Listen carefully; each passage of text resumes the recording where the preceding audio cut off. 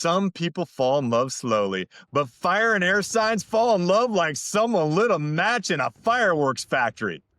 Welcome back, fire starters, to the world of air and fire signs, the flirts, the adventurers, and the chaos agents, where the sparks either ignite passion or burn your eyebrows off. Today, we focus on how the decisive application of ethical masculinity and the ACR method is mandatory for anchoring the highly independent and spirited eminent femininity of these elements. So, what are the fire signs like in love? I mean, fire signs embody the passionate and the bold form of eminent femininity that demands challenge and excitement, but not control. Aries, they're the warrior lover, right? The warrior lover, decisive, passionate, competitive in the affection department, right? Your ethically masculine tip is to keep things exciting.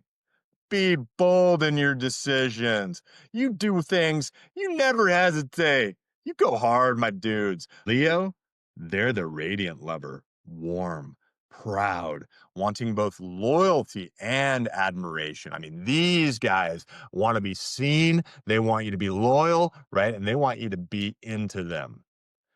So keep things exciting with them. Be bold in your decisions. So the ethically masculine approach to the Leo is give them genuine compliments for their efforts. Stay supremely confident in yourself and never shrink around their spotlight. You've got Sagittarius, they're the freedom lover, right? Adventurous, non-possessive. Your approach is to offer experiences, right? Not pressure. Keep things fun. You have got to maintain a compelling life.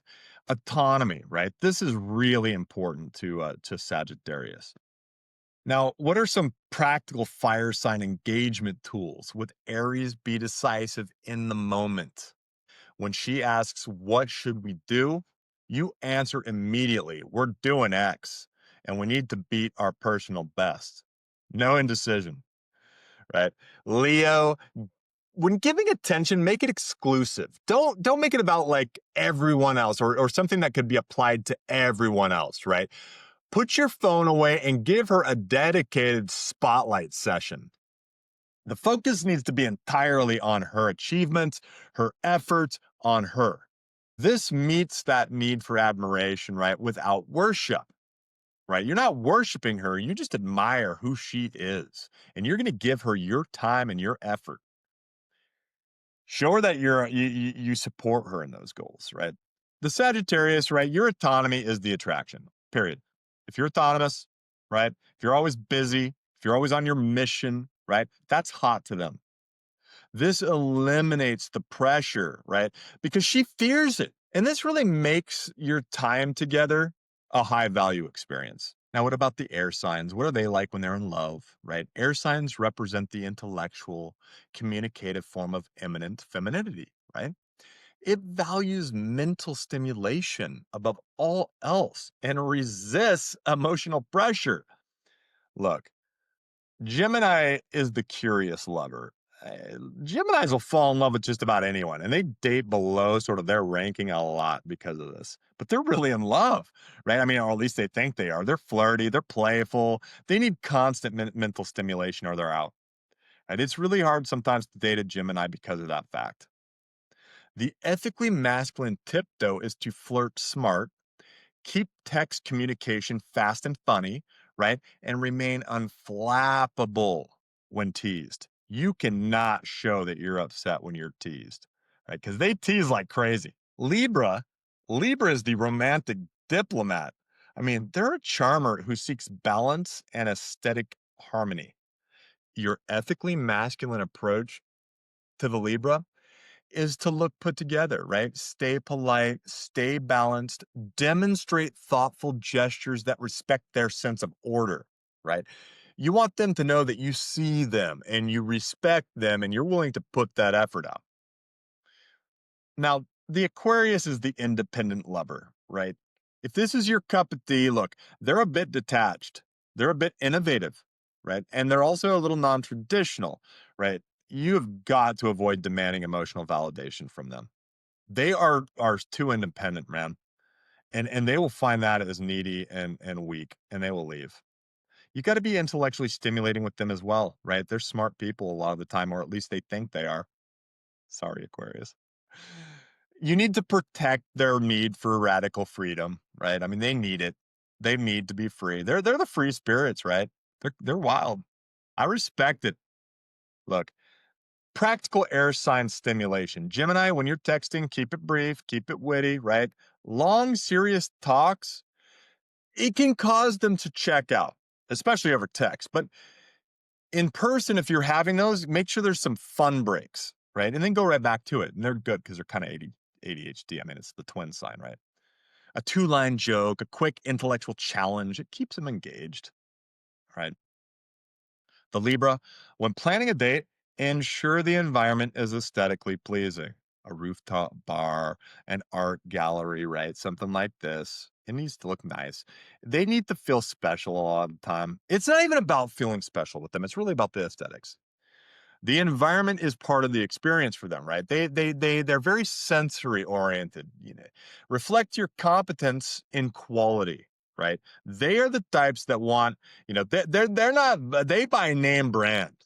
So if you gotta know that, man, or at least high quality brand. It doesn't, I guess, need to be name brand, but they want high quality. And if you're not a high quality man, they ain't gonna be with you. The Aquarius, if she pulls away, do not chase her. Do not chase her. Respect her need for autonomy. It will engage her back because she'll be like, I'm curious why he's not coming back. You engage your own mission, right? You don't wait for anybody. You wait for her curiosity to bring her back. Do not demand explanation from her, ever. Give her space. What is the air and fire compatibility? This pairing is fueled by mutual love of novelty, right? It works because fire provides the necessary passion, while air provides the necessary mental and social stimulation. They can be really fun, and the sex with these guys is freaking out of this world. The pairing risks failure when fire gets too intense or demanding, right? And air, they can become detached. They're all over the place. They can become too detached. They can become too mentally elusive, right? And this leads to a lack of emotional follow through. The ultimate fix is structured application of the ACR method. The ethical man must prioritize autonomy by giving both elements the space they need to breathe and pursue their own individual missions, right? Because that's what they do. He must remain the pillar of competence. You got to prevent the relationship from dissolving into chaos, right? Because that's what'll happen with a lot of Geminis, and that'll happen with that'll happen with all these signs. To be fair, maybe not the Libras; they're not really chaos at all. You need to enforce disciplined relatedness through intentional, scheduled connection, right? You need to ensure they don't forget the emotional core of the partnership amidst all the excitement, right? That's really your job. And that's your main job. If they lose that emotional core, look, they can get excitement everywhere, right? They can be sitting alone and they're getting excitement. The Geminis, for sure. What are some practical ACR fixes for the air fire chaos? Right? Autonomy. If a conflict happens, you say, I need 2 hours to cool down and get focused. That shows competence, baby. We can discuss solutions objectively at 7 p.m. This respects her need for space, right? It respects her need for space, but it also guarantees relatedness, right? That's the 7 p.m. return piece. Now, how do you sort of work with competence in this area? Well, when the energy is too chaotic, inject some structure. Right? Let them have their fun. Let them have their fun, but then insert some structure. Right? Suggest a shared complex project, like I don't know, building a website. I don't know, planning a massive trip. You know, whatever you like to do, some type of project, right? This focuses their passion and intellect into an external mission, right? So the chaos goes away and now it's focused. It's focused. stimulation. Relatedness. Schedule an emotional check-in, right? That is mandatory. It's non-optional. You have to get these guys to do these types of things. Frame it as a strategic meeting, right? 30 minutes to discuss the state of our alliance, right? This prevents the air-fire tendency to skip the emotional follow-through stuff because we can be a little flighty, airy. And that wraps up our astrology compatibility series. Now you have the full map from the slow burn to the fireworks factory, and you know how ethical masculinity is the required anchor for every type of eminent femininity. Fire starters, you need to hit that subscribe button. You need to drop your sign in the comments. You need to like this episode. You need to share it with other future fire starters. I'll see you next time. Let's plant the spark, baby. Let's get the girl or the guy for all you ladies out there, or you gay dudes. Hey, look, we're all about equal opportunity here at Plant the Spark, my friends.